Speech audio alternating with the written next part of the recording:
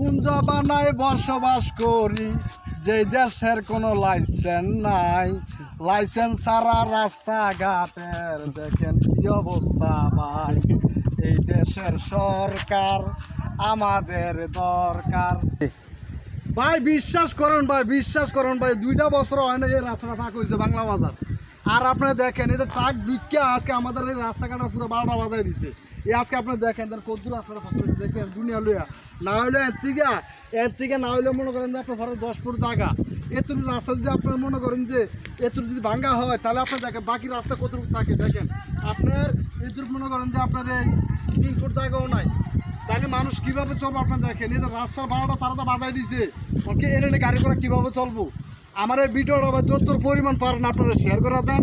এই কথাটা সরকারের পর্যন্ত হতে পারে, কারণ এগুলা আমাদের রাস্তাঘাটের জন্য দরকার আছে ভাই, বহুত দরকার আছে। কারণ প্রত্যেকটা গ্রামের প্রত্যেকটা এলাকায় রাস্তাঘাটের অবস্থা যেভাবে ভাঙতেছে শুধু কিছু কিছু মানুষের অবহেলার কারণে।